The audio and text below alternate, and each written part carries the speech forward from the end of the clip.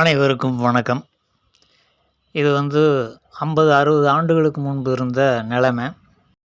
வசதி உள்ளவர்கள் தன்னுடைய மகனுக்கு திருமணம் செய்ய வசதியான இடத்த தேடுறதுக்காக பலவித பொருத்தங்களோட திருமணம் செய்யணும் அப்படிங்கிறதுக்காக விளம்பரங்கள் கொடுத்து வந்த காலம். அப்போ என்ன காரணம்னா, பெண்கள் அதிகமாக இருந்தாங்க, ஆண்கள் குறைவாக இருந்தாங்க. பெண்களை பெற்றுக்கிட்டா ஏகப்பட்ட பிரச்சனை, பாதுகாப்பு தரணும், அதுக்கு நிறைய பணங்களை சேர்த்து நகைகளெல்லாம் சேர்த்து வைக்கணும் அப்படிங்கிற ஒரு சூழ்நிலை இருந்த காலத்தில் எல்லா பெற்றோர்களுமே பெண்கள் பிறக்கிறது விரும்பலை. அதனால் ஆண் மக்கள் பெருகி ஆண்களுடைய எண்ணிக்கை அதிகமாகச்சு. பெண்ணாக இருந்தால் அதை கருவிலையே கலைக்கிறது, இதுபோல் செயல்களால் பெண்களினுடைய எண்ணிக்கை சமீப காலங்களில் அப்படியே கம்மியாயிட்டு இப்போ ஆண்கள் திருமணத்துக்காக காத்திருக்கும் ஆண்களின் எண்ணிக்கை அதிகமாகவும், திருமணத்திற்காக காத்திருக்கும் பெண்களின் எண்ணிக்கை குறைவாகவும் ஆனதுக்கு காரணம், இந்த பெண்களை பற்றின அந்த செலவுகள். திருமணம் செஞ்சு வைக்கிறதுனா பெரிய கஷ்டம், மாப்பிள்ளையே கிடைக்காது அப்படின்னு நினச்சி எல்லாருமே பையனை பெற்று வச்சுக்கிட்டு இப்போ பெண்களினுடைய நிலைமைக்கு பசங்க வந்துட்டாங்க.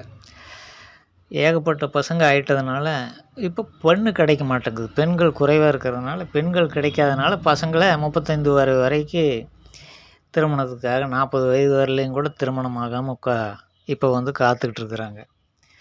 இதெல்லாம் பெற்றோர்கள் சமுதாயத்தினுடைய போக்கை பார்த்து தவறாக ஒரு கணிப்பை கணிச்சு அதை எதிர்பார்த்து காத்திருக்கிறது தான் இதுக்கு முக்கியமான காரணம்.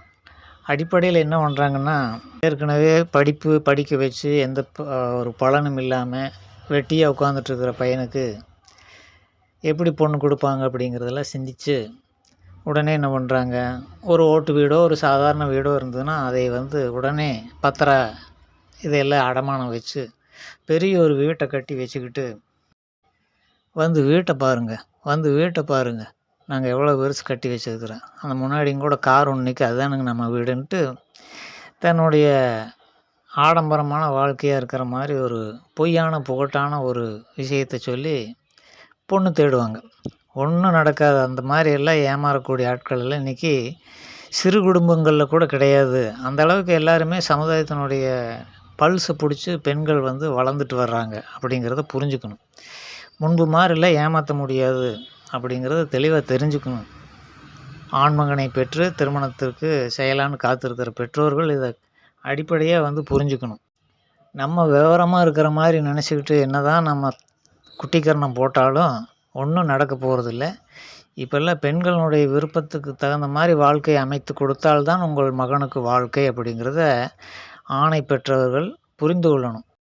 குறிப்பாக ஆண்மகனை பெற்ற தாய், அதாவது ஏற்கனவே மருமகளாக இருந்து மாமியார்கிட்ட இருந்து பிச்சுக்கிட்டு வந்த இந்த தாய் சிந்திக்கணும். முதல்ல நம்ம எப்படி இருந்தோமோ அப்படித்தான் பல மடங்கு இப்போது படித்து எல்லாம் சுயமாக சம்பாதிக்கிற நிலைமையில் இருக்கிற பெண்களுக்கு நம்மளே அந்த காலத்தில் இப்படி இருந்தபோது இப்போ இருக்கிறவங்க அதில் விட மேலாக தானே இருப்பாங்க அப்படிங்கிறத சிந்திச்சு பார்த்து நம்ம கூட்டிகிட்டு வீட்டு வேலைகளை செய்ய வச்சு மருமகளை அழகு பார்க்கணும் அப்படிங்கிற ஒரு போனாம்போக்கித்தனமான எண்ணத்தோட பெண் தேடுறதுனால தான் இந்த பிரச்சனைகள் வருது அப்படிங்கிறத இந்த பெண்கள் புரிஞ்சுக்கணும்.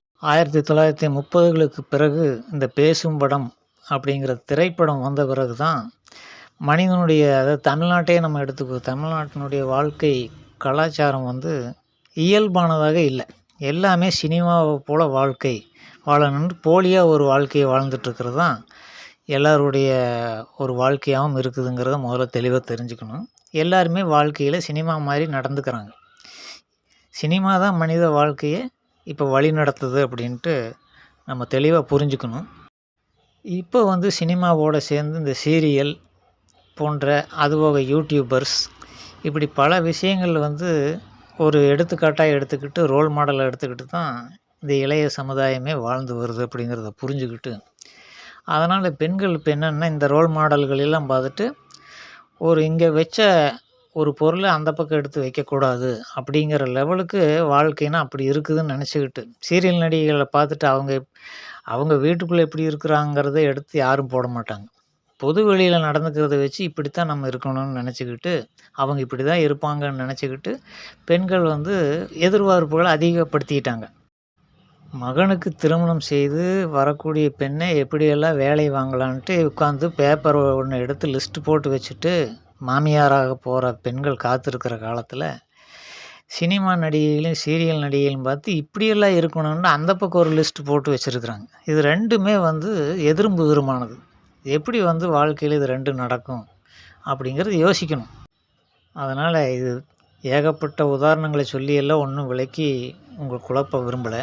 நேரடியாக விஷயத்துக்கு வந்துடுவோம். அதாவது மகனுக்கு திருமணம் செய்து வைத்து என்ன காரணத்துக்காக பண்ண போகிறீங்கிறத நல்லா யோசிச்சுக்கோங்க. உங்களுக்கு உங்கள் பரம்பரையை காப்பாற்றக்கூடிய ஒரு வாரிசு வேணும். அந்த வாரிசை சுமந்து வளர்த்து நல்லபடியாக பெற்றுக் கொடுக்கக்கூடிய பெண் வந்து தெய்வத்துக்கு சமமானவ அப்படிங்கிறத முதல்ல தெளிவாக புரிஞ்சுக்கணும். அதை புரிஞ்சுக்கிட்டா தான் இது வந்து நடக்கும். அப்போ உங்களுடைய மகனுடைய வாழ்க்கை நல்லபடியாக அமையணும்னா பல தியாகங்களை பெற்றவங்க செஞ்சு தான் ஆகணும். உங்களுடைய வாழ்க்கை முடிஞ்சு போச்சுங்கிற மகனுடைய திருமணத்தோட பெற்றவர்களுடைய வாழ்க்கை முடிஞ்சு போச்சு அப்படிங்கிற ஒரே தீர்க்கமான முடிவோடு தான் மகனுக்கு வந்து பெண் பார்க்க ஆரம்பிக்கணும். கல்யாணத்தை பண்ணிட்டு வந்து மருமகளை கொடுமைப்படுத்தலாம், வீட்டு வேலையில் வாங்கலாம். நம்ம இந்த குரங்காட்டி மாதிரி குச்சி வச்சுட்டு அந்தர் பல்ட்டி போடுன்னு சொல்லலாம்னால நினச்சிட்டு இருந்தால் மகனுக்கு தடி ஊன்ற வரைக்கும், அதாவது 80 வயசு வரைக்கும் திருமணம் ஆகாது அப்படிங்கிறத பெண்கள் புரிஞ்சுக்கணும். குடும்ப பிரச்சனைகள் அனைத்துக்கும் நடப்பதற்கு காரணம் வந்து பெண்களுக்கு இடையில் நடக்கிற பிரச்சனைகள் தான் குடும்ப பிரச்சனையாக உருவாகிறது அப்படிங்கிறத தெளிவாக புரிஞ்சுக்கணும். ஆண்களுக்கும் குடும்ப பிரச்சனைகளுக்கு எந்த விதமான சம்மந்தம் கிடையாது அப்படிங்கிறத தெளிவாக புரிஞ்சுக்கிட்டால் தான் திருமண வாழ்க்கையால் உண்டாகக்கூடிய பிரச்சனைகளை நான் சொல்லிகிட்டு இருக்கிறேன். இப்போ விஷயத்துக்கு வருவோம். நீங்கள் ஓட்டு வீட்டில் இருக்கிறீங்களோ, 10 கோடி ரூபா ஓட்டு வீட்டை கட்டி வச்சுருக்கீங்களோ, அதையெல்லாம் வந்து சொல்லி பெண் தேடாதீங்க. முதல் ஒரு காரணம் அதை செய்யக்கூடாது. திருமணம் ஆன உடனே பையனுடைய பேரில் ஒரு வீடோ அல்லது பிளாட்டோ வாங்கி கொடுத்துட்றோம். அது பொண்ணு எங்கே விருப்பப்படுதோ அங்கே வாங்கி கொடுத்துட்றோம் இப்படிங்கிற முதல் கண்டிஷனை வைங்க. அப்படி சொந்தமாக வீடு வாங்கி கொடுக்க வசதி இல்லாதவங்க தனியாக வந்து வாடகை பார்த்து அந்த பொண்ணு எந்த ஊரில் விரும்புதோ அங்கே வச்சு, அந்த பையனுக்கு தான் தொழில் இருக்க போகிறது இல்லை நீ வருங்காலத்தில். அதனால் எங்கே வேணாலும் பின்னாடி போகிறது தானே, பொண்ணு பின்னாடி போகக்கூடிய காலகட்டம் தானே இப்போ நடந்துகிட்ருக்குது. பேருக்கு வந்து எல்லாம் ஏமாற்றிட்டு தானே இருக்கிறோம். நம்ம பையன் சம்பாதிக்கிறான், அங்கே இருக்கிறான், ஐடியில் இருக்கிறான், டாக்டராக இருக்கிறான்னு சொல்லி பொய்யை வந்து அடிப்படையில் 100 பொய்யை சொல்லி அதில் 101வது பொய் வந்து வேலை இருக்குதுன்னு சொல்லி திருமணத்தை பண்ணி வைக்கிறது இன்றைய காலகட்ட சூழ்நிலை. வெளிப்படையாக எல்லாத்துக்கும் தெரியும் அவனுக்கு நிரந்தர வேலை கிடையாது அப்படின்ட்டு. பெண்களுக்கே அப்படி தான் ஆக போகுது வருங்காலத்தில். அடுத்த ஜெனரேஷன் என்ன செய்ய போகுதுங்கிறத அது அவங்கவுங்க அந்த பிரச்சனைகளை சந்திக்கும்போது தீர்த்துக்கிட்டும். இருந்தாலும் நம்ம என்ன சொல்கிறோம்னா, பையனுக்கு வேலையை வந்து நிரந்தரமாக இருக்க போகிறதில்ல. அப்படி இருந்ததுனால கூட அதே ஊரில் வந்து தனியாக ஒரு கூலி வேலைக்கு போகிறவன் எந்த ஊரில் வேணாலும் போய் பொழைச்சிக்கலாம். அப்படிங்கிறதுனால அந்த பொண்ணு எங்கே விரும்புதோ அங்கே வந்து வாடகைக்கு பிடிச்சி ஒரு தனி வீடாக பார்த்து செட்டில் பண்ணுறது தான் ஆண் மகனை பெற்றவர்களுக்கு அழகு. பல பேர் என்ன நினச்சிக்கிறாங்க, இந்த மாமியார் அப்படிங்கிற போஸ்ட் வந்துருச்சுன்னா நமக்கு வாழ்க்கை நிறைவேற்ற மாதிரி நினச்சிக்கிறாங்க. உண்மையிலுமே மாமியார் அப்படிங்கிற போஸ்ட் வந்து மிகப்பெரிய தண்டனை அப்படிங்கிறத அவங்க தெரியாமையே தான் இது வரைக்கும் பல ஜெனரேஷன் செத்து போயிருக்கிறாங்க. என்ன காரணம்னா, இது வந்து வாழையடி வாழையாக தொடர்ந்துட்டு வந்ததுனால அதில் இருக்கிற தவறு யாருக்குமே தெரியறதில்ல. என்ன செஞ்சாங்க அதனால் நான் திருப்பி செய்யணும், இது என்ன இது மிருகங்க தான் அந்த மாதிரி என்னை கடித்தா திருப்பி கடிச்சிட்ருக்கும். அந்த மாதிரியே நம்ம வாழணும் அப்படிங்கிற சிந்தனையில் யாருக்குமே இல்லாததுனால இது தொடர்ந்து வந்துட்டுருக்குது. தன்னுடைய மகளை ஒரு இடத்துல கட்டி கொடுத்து அங்கே கொடுமை பண்ணுறாங்கன்னு கேட்டால் எப்படி ரத்தம் கொதிக்குதோ அந்த மாதிரி நம்ம மருமகளை நம்ம கொடுமைப்படுத்தக்கூடாது. அவளை பெற்றவர்களுடைய அம்மாவுக்கு வந்து ரத்தம் கொதிக்கும் அப்படிங்கிறது உணர்ந்துக்கிட்டாலே இந்த எண்ணமே வராது. அனைவருடைய வாழ்க்கையும் நல்ல சந்தோஷமாக இருக்கும். இது சந்தோஷத்தை கெடுக்கிறதுனா நம்முடைய மாமியாருங்கிற போஸ்ட்டே வந்து குடும்பத்தில் நிம்மதி இருக்கக்கூடாது. அதுக்கு கொடுக்கப்பட்ட போஸ்ட்டு தான் இந்த மாமியார் போஸ்ட்டு. இது நாள் வரைக்கும் வேலை இல்லாட்டியும் வேலை படிக்கிற காலத்துலலாம் பையனுக்கு உண்டான செலவுகளெல்லாம் நாங்கள் தானே ஏற்றுக்கிட்டு இருந்தோம். அதுபோல் கொஞ்சம் காலத்துக்கு திருமண வாழ்க்கை அங்கே சென்று ஒரு செழிப்படையும் பையன் கல்யாணத்துக்கு பிறகு தான் இனிமேலெல்லாம் சொந்த கால்ல நிற்க முடியும். அப்படி நிற்கிற வரைக்கும் இங்கிருந்து நாங்கள் உதவி செய்கிறோம் அப்படிங்கிற 2வது கண்டிஷனையும் போட்டுருங்க. பெண்ணுக்கு வந்து வீட்டு வேலையெல்லாம் செய்ய தெரியக்கூடாது அப்படிங்கிறத எதிர்பார்க்கணும் முதல்ல. மகனை பெற்றவர்கள், ஆண் மகனை பெற்றவர்கள் முதல் கண்டிஷன் வந்து அதுதான். பெண் வீட்டு வேலையெல்லாம் செய்ய வேண்டியதில்லை, அதுக்கு உண்டான வேலையாட்கள் நம்ம நியமிச்சிருவோம். அது ஒரு பெரிய காரியம் இல்லை, அதுக்கு உண்டான செலவுகளை வேணால் கொஞ்சம் காலத்துக்கு நாங்கள் தர்றோம் அப்படின்னு சொல்லிட்டோம்னா பிரச்சனை ஓவர். இப்படி மாமியாராக ஆக போகிற பெண் என்னென்ன எதிர்பார்த்து இந்த வீட்டில் காலடி எடுத்து வச்சு இது வரைக்கும் கனவு கண்டாலும் அந்த கனவுகள் எல்லாமே வந்து வருகிற பெண்ணுக்கு, நம்ம மகனுக்கு வந்து வரக்கூடிய மனைவியாக வரக்கூடிய ஒரு பெண்ணுக்கும் இருக்கும். நம்முடைய ஆசை தான் நிறைவேறாமல் நாசமாக போச்சு, அந்த பெண் வர்ற பெண்ணுடைய ஆசையாவது நிறைவேறட்டும் அப்படின்ட்டு ஒதுங்கிக்கணும். அதுதான் வந்து ஒரு மகனை பெற்றவளுக்குடைய, உண்மையிலுமே மகனை நேசிக்கக்கூடிய எந்த ஒரு பெண்ணும் அதைத்தான் முடிவெடுக்கணும்.